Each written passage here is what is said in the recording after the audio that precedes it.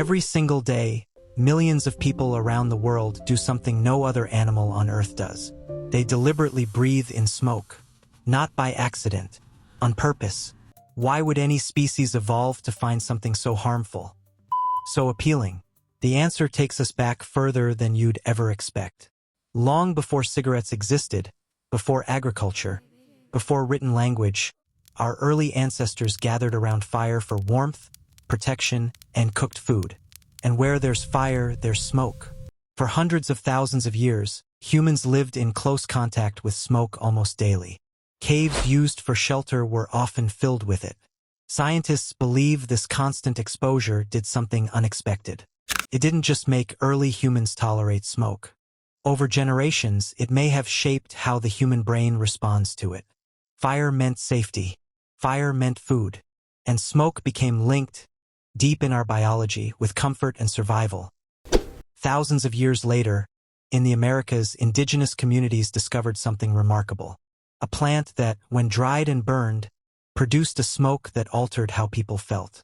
That plant was tobacco. Long before it became a global industry, tobacco was treated as sacred. It was used in religious ceremonies, healing rituals, and important social gatherings. It wasn't a casual habit. It was believed to connect people to the spiritual world. The smoke itself was seen as a messenger, carrying prayers upward. But here's where biology takes over from culture. Tobacco contains a compound called nicotine. And nicotine does something very specific to the human brain.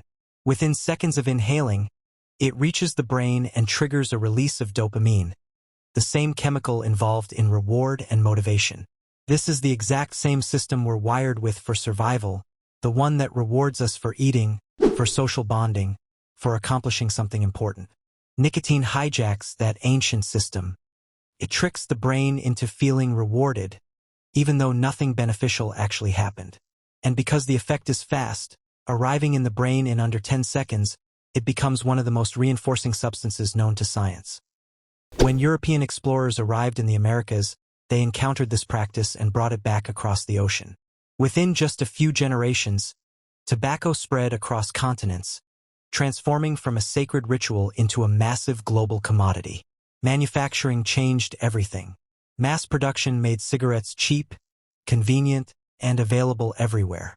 What was once reserved for ceremonies became an everyday habit for hundreds of millions of people. The ancient brain circuit that once rewarded our ancestors for finding food or staying warm near a fire was now being triggered dozens of times a day by a rolled paper tube. This is why quitting smoking is so difficult for so many people. It isn't simply about willpower. It's about a reward system that evolved over millions of years, now being activated by a substance our biology was never designed to handle in such concentrated, repeated doses. Every cigarette becomes a tiny, artificial echo of an ancient survival reward, one that no longer serves any real purpose, but still feels essential to the brain. So the next time you see someone light a cigarette, remember this.